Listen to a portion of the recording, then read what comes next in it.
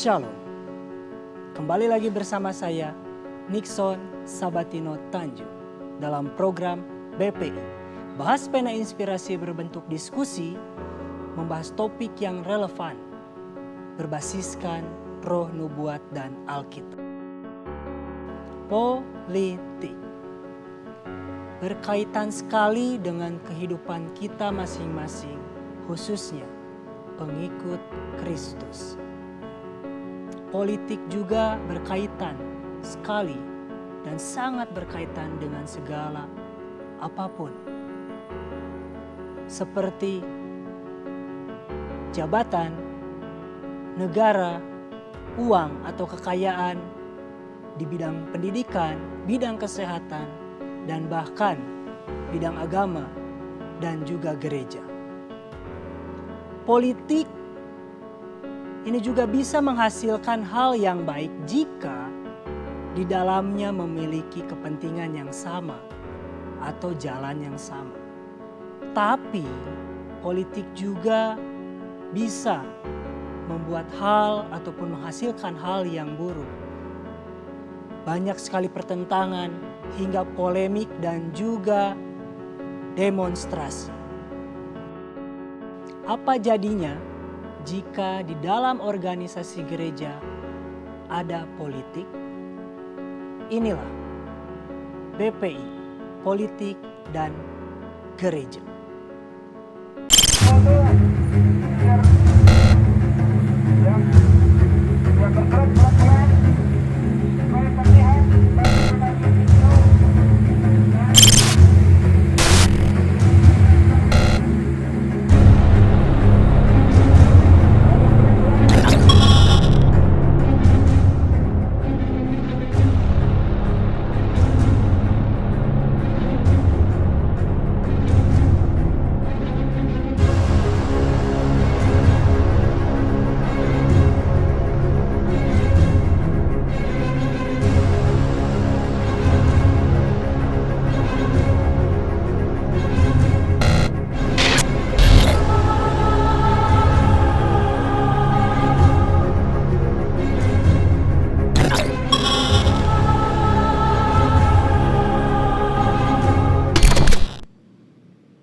Banyak sekali problematika dan juga polemik yang terjadi di dalam gereja, khususnya mungkin gereja-gereja besar yang terjadi di Indonesia.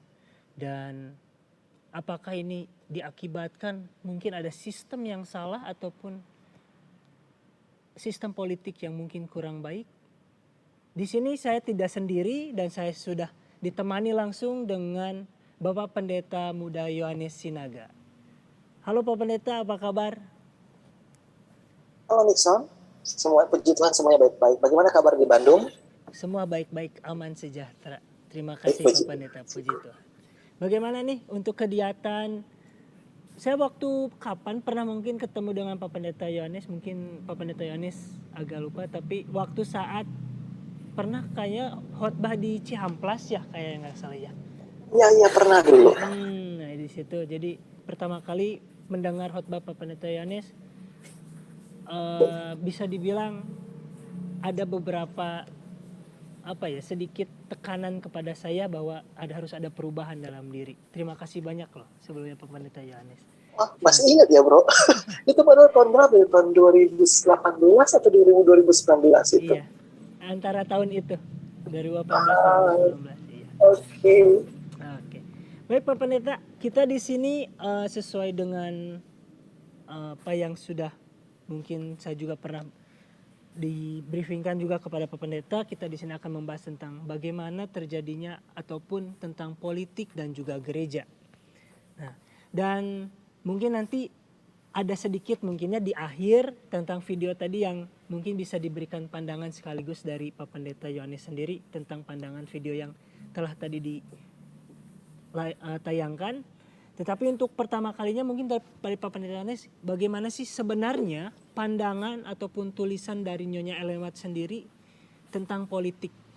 Atau mungkin ada enggak dari sisi tulisan dari Nyonya Ellen White itu sendiri? Silakan Pak Pendeta.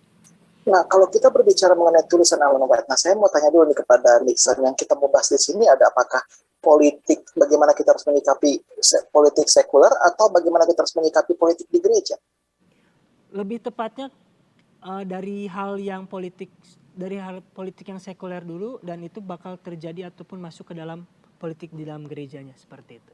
Oke, nah itu sebenarnya dua hal yang cukup rumit sih kalau kita berbicara mengenai politik sekuler maupun juga politik di gereja. Mengenai pandangan Ellen White mempunyai tulisan cukup banyak mengenai politik, dan apa yang dituliskan seringkali mengikuti policy dari apa yang diterbitkan oleh General Conference pada masanya. Kita harus ingat ya bahwa pada waktu itu ada tensi politik yang sangat tinggi dalam pemerintahan, terutama ketika Partai Republikan muncul. Mungkin teman-teman sekarang pada ikuti berita Partai Republikan itu sekarang kan didominasi oleh beberapa kekuatan konservatif kan. Tapi pada masanya Partai Republikan itu adalah partai yang berjuang demi hak asasi manusia. Mereka melawan perbudakan. Jadi Lalu berkata bahwa gereja tidak boleh terlibat secara aktif di dalam politik. Itu cukup jelas. Pendirian dia sangat jelas. Kecuali ketika prinsip-prinsip yang diunjung, yang disusung tinggi itu benar nggak sih istilahnya? Atau yang dijunjung tinggi itu, sorry Pak Pendeta salah. Kecuali prinsip-prinsip dan perjuangan yang dijunjung tinggi itu adalah sesuai dengan ajaran-ajaran gereja Masih Advent hari ke-7. Saya ulangi lagi, Ellen White berkata dengan jelas.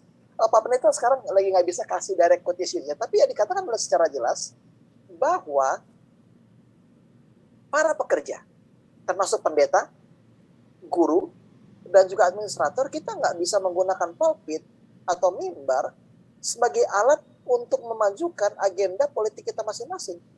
Itu cukup keras. Dia membuat batasan ya antara state dan juga religion. Nah, mungkin saya mengerti sebagai negara di mana kita itu adalah minoritas, mudah bagi kita untuk menjaga batas antara negara dan agama kan. Ya kan, benar nggak Dixon? Ya kita kenapa? Karena bagi orang minoritas untuk masuk politik aja sudah susah. Apalagi mau mikir-mikir lagi untuk menggunakan mimbar sebagai alat politik. Tapi ketika kita menjadi mayoritas, ketika kita hidup di lingkungan di mana mayoritas itu adalah orang-orang Kristen, maka kita itu cenderung untuk menggunakan mimbar sebagai alat untuk memajukan agenda politik kita masing-masing. Dan inilah yang mau diperingatkan oleh Ellen White. Kita nggak bisa berbuat demikian. Agama tidak bisa mencampuri negara, dan negara juga tidak bisa mencampuri agama. Jadi kalau kita berbicara mengenai politik sekuler itu sangat jelas. Jadi apakah ada exception? Menurut Pak Pendeta, ada. Dan exception ini terletak dalam dua hal. Yang pertama adalah seperti Pak Pendeta katakan tadi, ketika prinsip-prinsip yang sedang diperjuangkan sejalan dengan ajaran-ajaran doktrinal kita. Itu kita harus perjuangkan. Tapi pada saat bersamaan ada saat kedua yang harus kita pertimbangkan. Bahwa ketika kita merasa bahwa Tuhan memanggil kita untuk terlibat di dalam politik demi kemuliaan namanya. Jadi dua prinsip inilah yang dilihat oleh Ellen White, dan hal ini juga diterapkan ketika Ellen White menulis panjang lebar mengenai gerakan temperance atau temperance movement. Dia malah berkata loh, biarpun voting itu terjadi hari Sabat, you have the right to do that. Oke, jadi itu yang Pak Pendeta mau katakan. Pertama adalah ada larangan jelas dari pena inspirasi maupun dari Alkitab, bahwa kita tidak bisa menggunakan agama sebagai alat untuk memajukan agenda politik kita masing-masing. Dan tetapi ada exception. Yang pertama adalah bahwa jika prinsip-prinsip itu sejalan dengan ajaran-ajaran yang kita junjung, atau yang kedua, jika kita merasa bahwa politik itu adalah panggilan Tuhan di dalam diri kita. Begitu Nixon. Sejauh ini gimana? Ada pertanyaan? Oke, berarti emang sudah secara gamblang juga, memang dari saya pribadi Pak Pendeta ya, pernah membaca juga di Alkitab kan, dalam artian kita sebagai umat Kristus pun sebenarnya tidak diperbolehkan terjun secara langsung dalam hal dunia politik sebenarnya. Kalau pernah ada baca sekilas, tetapi mengapa banyak sekali sekarang ya, jujur Pak Pendeta, dari saya pribadi banyak sekali jemaat Advent, banyak sekali khususnya di Indonesia, mereka terjun langsung ke dalam dunia politik sampai masuk partai politik gitu. Dan apakah itu nanti bakal, khawatirnya, kalau dari saya pribadi khawatirnya kalau misalkan sudah masuk ke dalam mungkin ranah ke partai politik dan sebagainya, akan mempengaruhi ke dalam pelayanan juga di dalam gereja. Tetapi itu pun bakal merusak juga khawatirnya sistem yang mungkin sudah dibuat secara secara utuh. Pertama kali pembuatan organisasi Advent, tiba-tiba karena saya di partai politik seperti ini gitu, jadi dimasukkan, jadi diselipkan seperti itu. Kira-kira itu gimana Pak Pendeta? Dalam artian itu kan mungkin bisa merubah gitu ya. Nah sekarang Pak Pendeta mau tanya balik dengan Nixon, mana lebih baik? Orang yang berpolitik di luar tapi kalem di gereja, atau orang yang berpolitik di gereja tapi kalem di luar?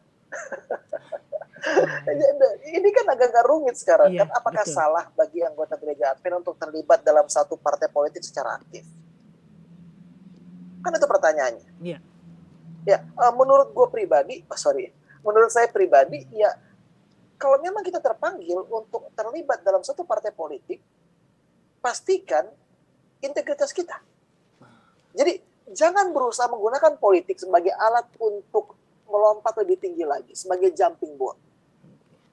Karena seringkali orang terlibat dalam politik bukan karena mereka mau melayani Tuhan, tapi karena mereka mempunyai agenda sendiri yang ingin mereka majukan. Mungkin karena mereka pengen lebih kaya, mungkin karena mereka pengen pamor.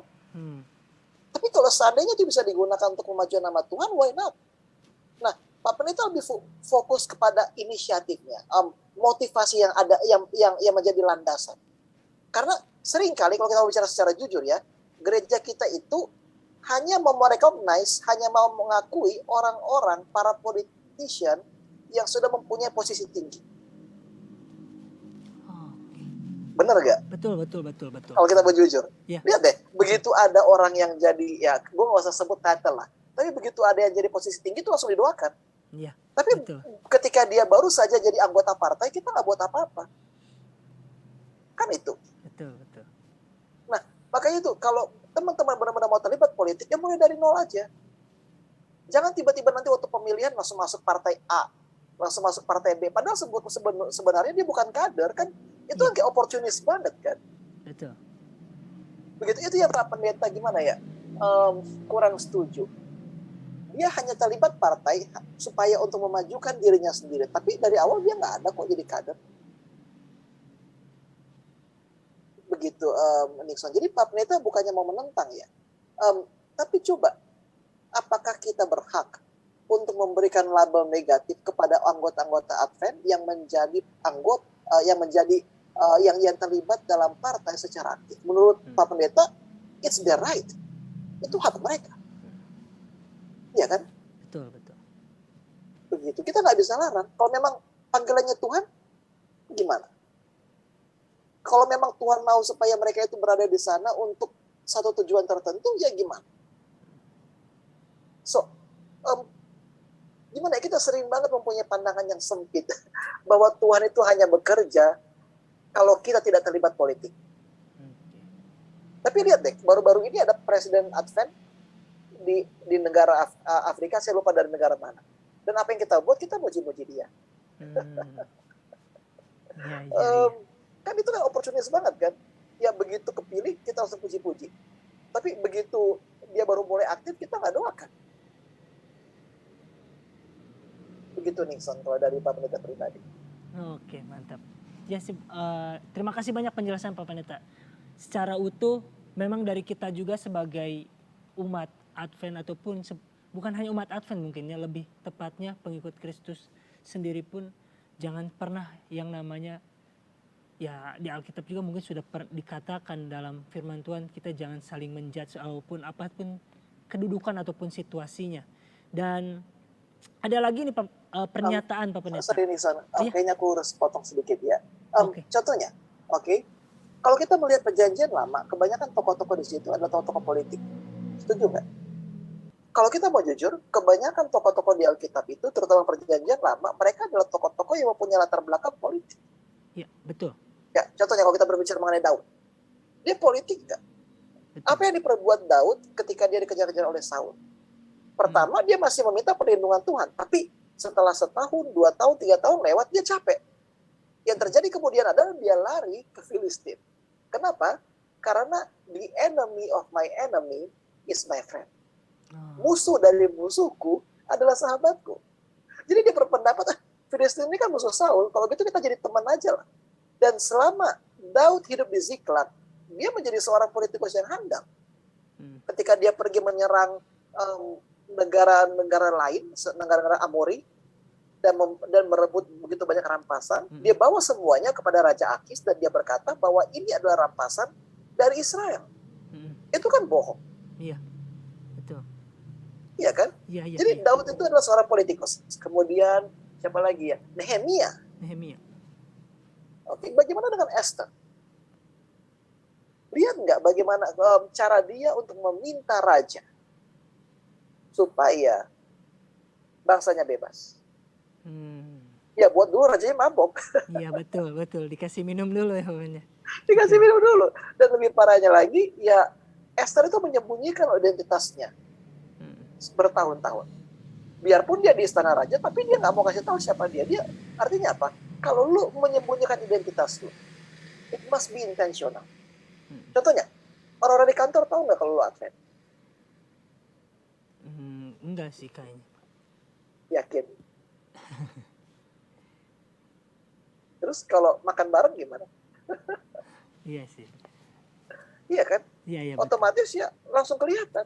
Nah hal yang sama juga berlaku kepada Esther. Bagaimana caranya supaya dia menghindar? Ya dia harus kompromi dengan makanannya. Jadi Alkitab itu tidak diisi oleh tokoh-tokoh sempurna seperti Daniel, seperti Yusuf. Kita juga punya tokoh-tokoh juga loh, seperti yang penuh kecacatan, kayak Esther, Mordekai, dan tokoh-tokoh ini menunjukkan bahwa begitu banyak orang Advent yang terlibat dalam jerat politik, mereka rindu mau keluar, tapi seringkali yang mereka dapati di gereja itu hanyalah penghakiman. Iya. Terutama kalau mereka nggak sukses ya. Kalau mereka sukses pasti itu dipuji-puji. Tapi if they don't do so well, kita cenderung untuk menghakimi. Begitu kalau dari gue, kalau dari saya secara pribadi. Oke, mantap. Terima kasih banyak Pak Pendeta, lebih jelas lagi ya, karena begini Pak Pendeta, dalam hal politik dan gereja ini mungkin khususnya anak-anak muda yang pernah saya temui di gereja-gereja besar, karena jujur saya selama gereja di Bandung saya nomaden Pak Pendeta ya, baru ya 3 tahun terakhir inilah saya menetap di Cihamplas dan melihat beberapa gereja besar di kota pun sama ya, pernah ngobrol berbincang bagaimana pandangan anak-anak mudanya terhadap setiap adanya seperti konferensi jemaat ataupun konferensi di daerah-daerah tertentu. Tetapi mereka memandangnya itu seperti kok tidak sesuai dengan apa yang pernah kita dengar katanya. Maksudnya gimana? Jadi seharusnya kan katanya Advent itu mengajarkan tentang kasih katanya. Dan kita selalu mendapatkan bisa dibilang wejangan-wejangan tentang harus seperti ini loh kita sesama manusia. Harus seperti hukum kedua yang telah Tuhan berikan kepada kita ya, saling mengasihi sesama manusia. Tetapi saat conference terjadilah ya mungkin ini masuk ke dalam ranah bisa dibilang mosi tidak percaya kepada sesama jemaat. Yang adanya malah bisa sampai ngomongin tentang perpuluhan lah, tentang persembahan dan sebagainya. Nah, seharusnya saat kita sebagai anak muda, mungkin lebih tepatnya, bagaimanakah pandangan yang harus kita ambil Pak Pendeta? Sebagai anak muda yang mungkin notabene anak-anak muda yang ada di gereja besar setelah melihat semua ini. Seperti itu. Oke, ini pertanyaan agak rumit ya. Mungkin Pak Pendeta perlu garis bawahi ya, Pak Pendeta masih pendeta yang tergolong muda lah. biarpun Pak Pendeta udah masuk kepala 3, hanya saya statusnya itu masih belum indeks, yaitu masih pra-intern. Oke, artinya saya belum pernah ikut yang namanya KLB, belum pernah ikut pemilihan. Tapi Pak Pendeta bertumbuh di lingkungan kepemimpinan karena Pak Pendeta H.I. Sinaga, ayah saya, dia sempat duduk di beberapa, melayani di beberapa tingkat gereja, baik dari rektor maupun juga dari uni dan juga divisi.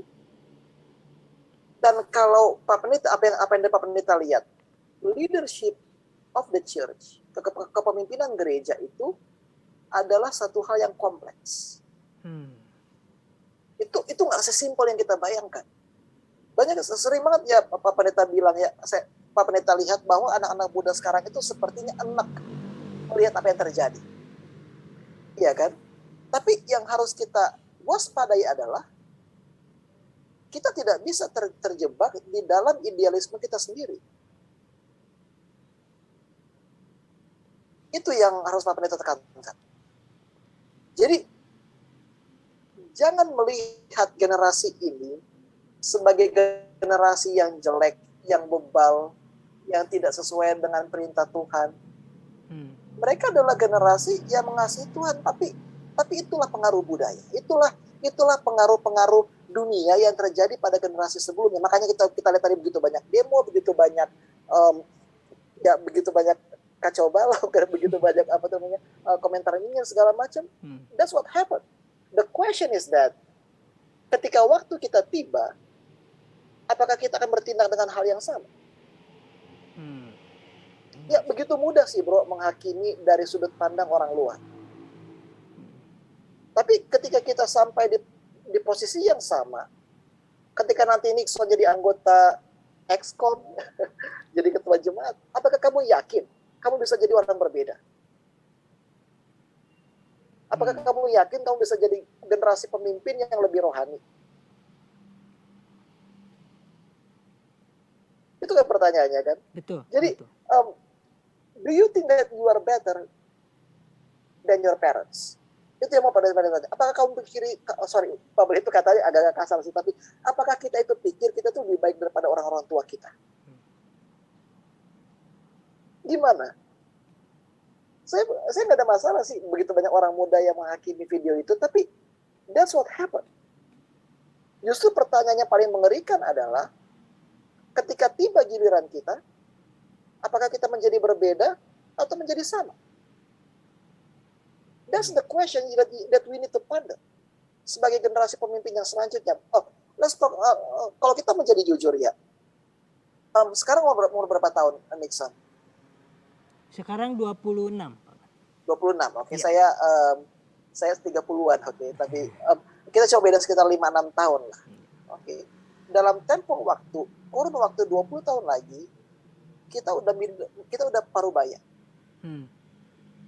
Oke. Dan kita juga akan mempunyai pengaruh yang lebih besar daripada sekarang ini. Dan pertanyaan sama Pak Pendeta tanyakan, menurut kamu bisa nggak kita menjadi pemimpin yang berbeda? Jadi gimana ya? Seringkali semua permasalahan ini membuat orang muda jadi pasif dan mereka nggak tertarik untuk ikut majelis segala macam. Nah itu. Iya kan? Benar nggak? Betul Pak Pendeta. Oke. Tapi kalau Pak Pendeta bilang, prove yourself. Buktiin dong kalau lo berbeda. Buktiin dong kalau lo itu nggak berambisi. Bisa nggak? Kan itu persoalannya. Lihat Nehemia. Oke, begitu Nehemia lihat, dengar kabar bahwa tembok Yerusalem itu tidak dibangun. Begitu dia dengar kabar bahwa orang-orang yang tinggal di Yerusalem itu menderita, miskin dan juga melarat. Apa yang dia buat? Dia menangis. Bukan gibah, bukan menghina, bukan kasih negatif feedback, tapi dia menangis karena dia merasa bahwa dosa umatnya di Yerusalem adalah juga bagian dari dosa. Jadi kalau kita menonton video itu dan justru menjadi nyinyir, itu artinya apa? Kita merasa bahwa kita nggak mungkin jatuh ke dalam pencobaan seperti itu. Kita menganggap bahwa diri kita itu jauh lebih superior daripada orang-orang ini. yang pemberontak, yang duniawi, yang penuh politik. Benar. Jadi kita harus hati-hati loh. Iya. Harus hati-hati sekali. Kenapa? Karena justru orang yang berkata demikian pada akhirnya nanti akan berbuat hal yang sama. Iya, betul. Begitu nih. Jadi gimana? Anak-anak muda masih mau apatis nggak? Nah itu lebih kalau dari jujurnya Pak Pendeta ya, saya lebih banyak menemukan anak-anak muda khususnya di gereja Advent ya apatis iya, skeptis iya gitu ya Pak Pendeta, dan sampai-sampai mungkin saat di mana mereka untuk berhadapan dengan orang tua langsung ya mungkin ada beberapa orang tua pun yang entah mungkin terlalu tinggi gitu bahasanya dan seharusnya bisa dibuat simpel tetapi menjadi suatu perdebatan yang panjang. Nah mungkin kebanyakan anak-anak muda malasnya itu adalah kenapa nggak bisa langsung seperti ini gitu. Dan itu sudah dikatakan langsung mungkin ya diberikan seperti ada bukan apresiasi disebutnya tuh wadah untuk memberikan tanggapan kepada gereja perihal tentang entah itu di majelis dan di konferensi jemaat, tetapi tetap tidak digubris begitu. Anak-anak muda itu lebih banyak yang pernah saya temui itu seperti itu. Jadi tidak pernah ditanggapi dan tidak pernah jadi lebih ke berpikiran bahwa ibarat kasarnya mungkin ya lu masih kecil gitu. Apa pemikiran lu masih muda, jangan sosokan ikut. Nah, jadi kebanyakan anak-anak muda yang pernah saya temui seperti itu pandangannya Pak Pendeta. Makanya lebih banyak mereka lebih banyak diam dibandingkan mereka ingin berbicara, tapi ya ada beberapa teman-teman saya pun yang berani untuk mengatakan ya seperti ini aja biar lebih simpel seperti itu. Begitu Pak Pendeta. Ya kalau kita mau bicara jujur ya, Nixon, kalau Pak Pendeta bisa jujur ya, ada antipati tersembunyi antara generasi tua dan generasi muda di gereja. That's the fact. Yeah. Jadi biarpun anak-anak muda itu diberikan kesempatan untuk duduk di majelis, tapi perhatikan posisi mereka itu kebanyakan hanyalah atributari, itu hanyalah sekadar ada aja. Notice nggak? Ya paling anak muda ketua PA, iya, kalau ketua diakon, ketua pathfinder mungkin direktur, ketua pathfinder segala macam. Kalaupun dia sekretaris itu hanya bersifat komplementari aja. Dan dia perhatikan kalau selama diskusi anak-anak muda seringkali ya mereka itu tidak mempunyai mereka nggak punya deciding factor di dalam majelis. Betul. Aku nggak tahu kalau di mana kalau di jemaat kalian ya, tapi itulah yang sering terjadi. Ya mereka ada di jemaat, ya di majelis kita ada anak muda, tapi tetap saja suara mereka itu tidak terlalu dipertimbangkan karena dianggap sebagai orang muda. Jadi mereka itu hanya dilibatkan kalau ada yang mau diangkat-angkat, dibantu-bantu buat program, seksi repot. Kita mau berjuang atau mau mundur? Kita mau mengubah organisasi atau kita mau organisasi ini mengubah kita? Ada unsur kesana Pak Pendeta yang pernah saya temui seperti itu. Jadi memang kayak Pak Pendeta bilang ya, gelar itu bisa dipakai ya jika itu tepat pada tempatnya aja.